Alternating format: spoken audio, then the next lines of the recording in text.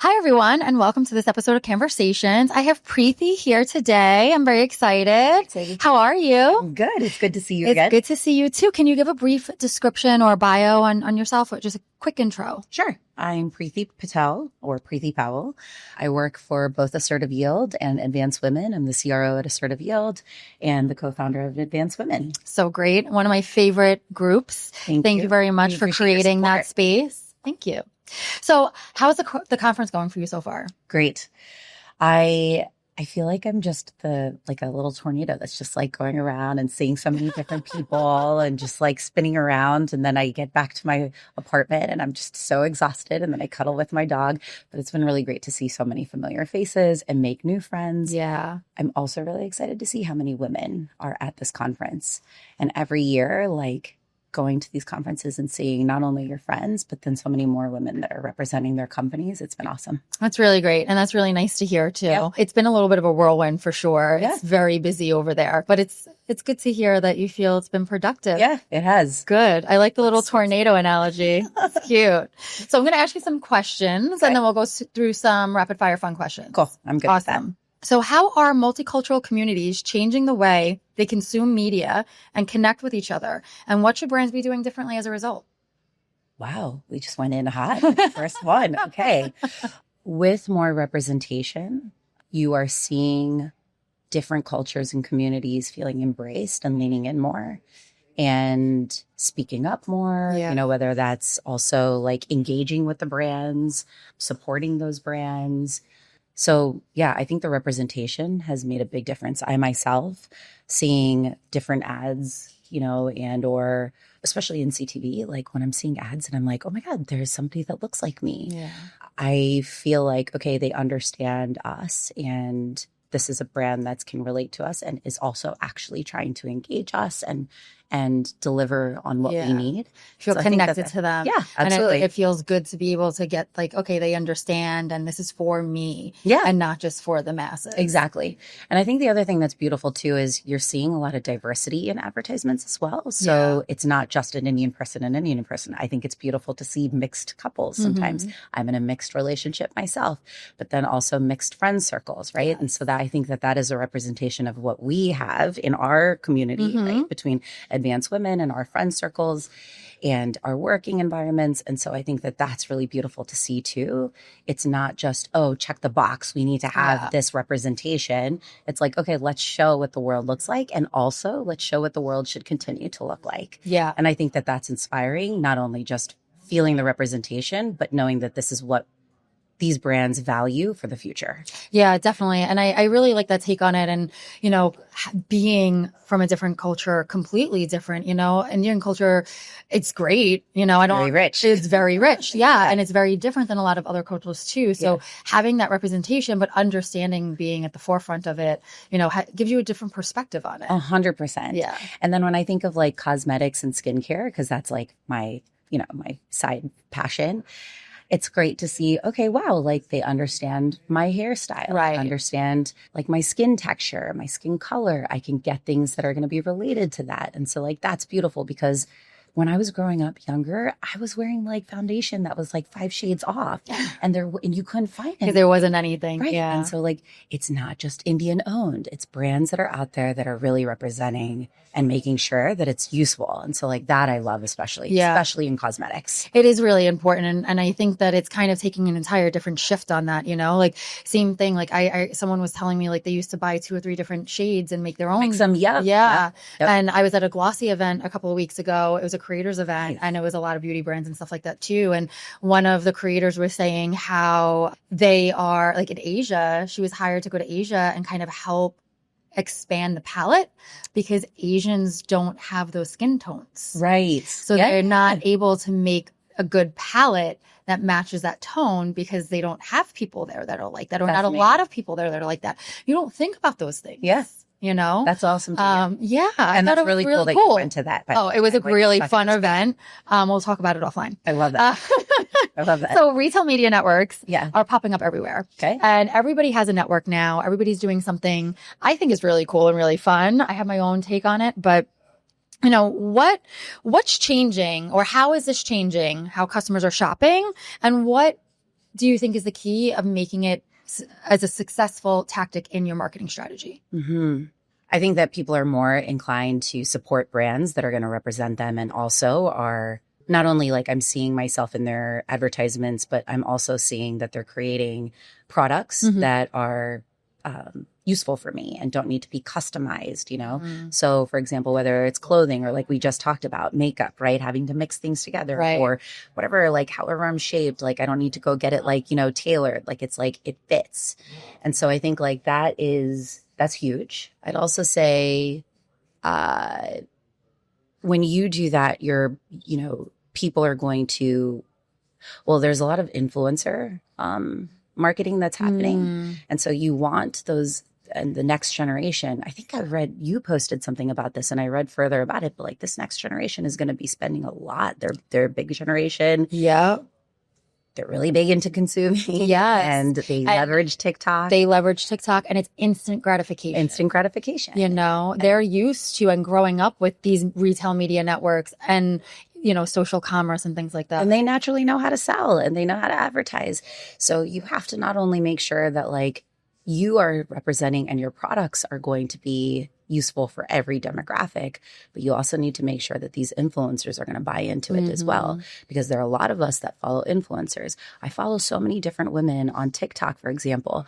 Okay, she's similar size to me. She's similar complexion as me. I mean, the amount of stuff that I've bought from Sephora alone is insane. And it's because they're doing their job. They're doing their job, right? And so like, I think that that's really interesting and innovative. And I think that that's going to continue to be, I mean, we saw it in Cannes. Yeah. It's going to continue to be huge. And I think that it's not only like how you're representing yourself in the ads, but how you're also tapping into communities to represent you. Yeah. Which actually now like leads me to think like this is a great way for advanced women to maybe partner with brands as well. Like, yeah, that is a good way to help with that initiative for sure. Future plans. Yeah, future plans. So good to brainstorm. Yeah. Moving on to AI, another hot topic. How can we use AI to connect with people on a deeper level and a more human level, even though it's technology? Well, you and I have talked about bringing communities together, right? I think one thing that would be interesting is we are realizing that we can be virtual and still bond with each other. And I think leveraging AI in a way where people can still have those meaningful bonds without having to fly out to New York every time for ad week in order to connect with each other. I think brands and retail, you know, leveraging AI to do research when they're putting these advertisements together. Yeah. So there's a really interesting company that I was just speaking to recently, and they're helping brands by leveraging AI to do market research and to understand, okay, if we want to tap into different multicultural groups, like walk me through what are the important things, you know, what's going to work, what's going to click, right? So I think that that's a really great way for brands, but also people to connect with each other and understand about different cultures.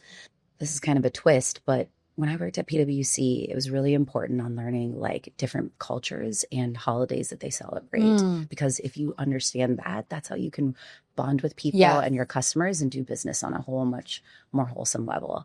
I think leveraging AI maybe in some sort of way to like celebrate cultures, be more informed. I think that that would be interesting. Connecting people. I don't know. I need to think about this a little bit more. I mean, well, I'm curious. What have other people said?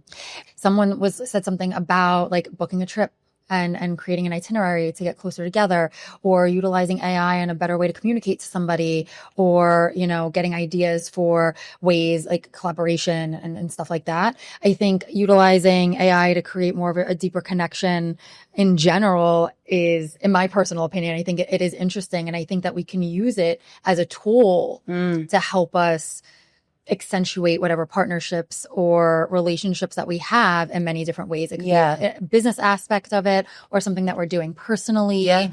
But I think, you know, utilizing it to just enhance what you're doing and not replace the interaction with the person is the key. Yeah, that's fair. I feel like we're already doing it. Like I can't send an email without making sure that AI has proofread it, right? Especially when you're working with a global organization, making sure that it's phrased correctly so that it resonates, right? Just making that extra 30 seconds to make sure that it's not just in Priti's words, but it's going to make sense to Stephanie, right? understanding what's going on in the world with my colleagues that live in different countries, and especially with, I've got colleagues in Nigeria, in Israel, Right. in Bulgaria, right? There's so many things happening, and the news is not the only way that we're going to be consuming on what's happening in their worlds, what holidays they're spending, what are the appropriate phrases that I should be saying when you're celebrating Yom Kippur, right? And I think like that is really cool. And that's how I think we should be using AI. That answers the question. Like that helps bring connection, right? Yeah. When you're making somebody feel heard and you're showing them respect, that makes genuine connection. Yeah. And then the other one I would add is in management, asking AI almost like it's if you're a coach, right? Like, okay, how do I resonate with this team? What are some things that I could be doing that can motivate my team, right? Or can celebrate their wins. Or, you know, I'm having like weekly sessions with a team member, and he wants to improve on how he presents in English, because English is not his first language. And so we have coaching sessions, and I'll be honest, I leverage AI to like figure out how I can That's really nice. walk them through coaching. So that there's a lot of different ways that you can do it to connect with people. It's great prep. Yeah, it is. And that's really great. I love that answer. Which brings me to authenticity. Yeah. It's a very overused word. Yes. Everybody wants to be authentic. Yes. And I feel like sometimes when you try so hard to be authentic, you actually lose the I agree. Authenticity. Sorry, I can't speak. So what does it mean to really be authentic when marketing to diverse audiences? And how can brands avoid looking like they're just jumping on a bandwagon? I don't think just having people that look like me, or, you know, having each community represented in your advertisements is going to work. It's not enough. You have to do your research. Yeah. Right?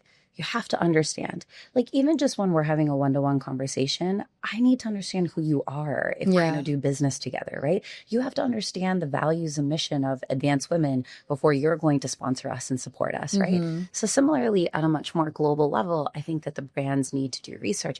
But I think also on top of it, you need to make sure that you have that diversity within your DNA at your company. Make sure you have a diverse workforce, right? And it doesn't need to be, oh, we got to have an Indian person on the team. But it's like, okay, if we're going to have diverse people, an organization, we're going to naturally start challenging each other to think outside the box. We're going to have connections in different networks that are going to be able to bring information back, that are going to be able to help us do the research. But then how do we analyze that research, and how do we come up with something that's going to be unique and innovative when we are now advertising to different communities that we want to purchase and our products and or, you know, relate to our brand. Yeah. Branding is not just about consuming. It's about feeling something, right? And the way you can feel something is if you understand who you're talking to. Yeah. And I think that that's really key. Yeah. Like, you know, the inside jokes in communities, right? Yeah. Like the traditions when you're celebrating certain holidays, right? Those brands resonate. So like if I'm watching a commercial and I see a family celebrating Diwali and they're like showing like treats, or they're showing that there's rangoli on the floor, right?